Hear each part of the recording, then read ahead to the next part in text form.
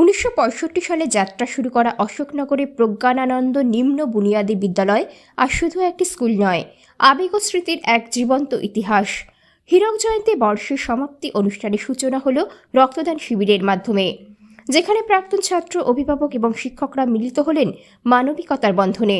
ভবন সংকট, নানা সীমাবদ্ধতার মধ্যেও প্রায় 400 ছাত্রছাত্রীকে নিয়ে এই বাংলা মাধ্যম স্কুল আজও গর্বের সঙ্গে এগিয়ে চলেছে। ইংলিশ মিডিয়ামের ভিড়েও প্রজ্ঞানানন্দ প্রমাণ করে দিয়েছে নিষ্ঠা ও মূল্যবোধী শিক্ষার আসল শক্তি। সরকারি স্কুলগুলোতে ছাত্রছাত্রী আস্তে আস্তে কমে যাচ্ছে, কিন্তু প্রজ্ঞানানন্দে এখনও সেইটা আমরা অনুভব করিনি। এটা হয়তো আগের দিদিমণি মাস্টারমশাইরা সেইটা সুনামটা রেখে গেছেন বলেও আমরা সেটা একটা বহন করতে পারছি। এবং পাশাপাশি এটাও তো ঠিক যে আমাদের বর্তমান যে শিক্ষক শিক্ষিকা রয়েছে তারাও আপ্রাণ চেষ্টা করছেন যাতে এই জিনিসটা ঠিকঠাক করে হয়।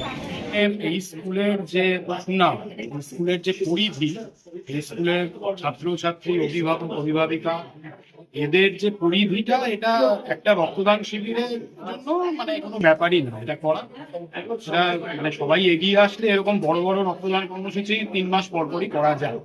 তো এটা ওই হীরক জয়ন্তীর সমাপ্তি অনুষ্ঠান হিসেবে করা হয়েছে, যে রক্তদানের মতো একটা কর্মসূচি একটা হীরক জয়ন্তীকে কেন্দ্র করে আমরা 2বার করতে পারছি।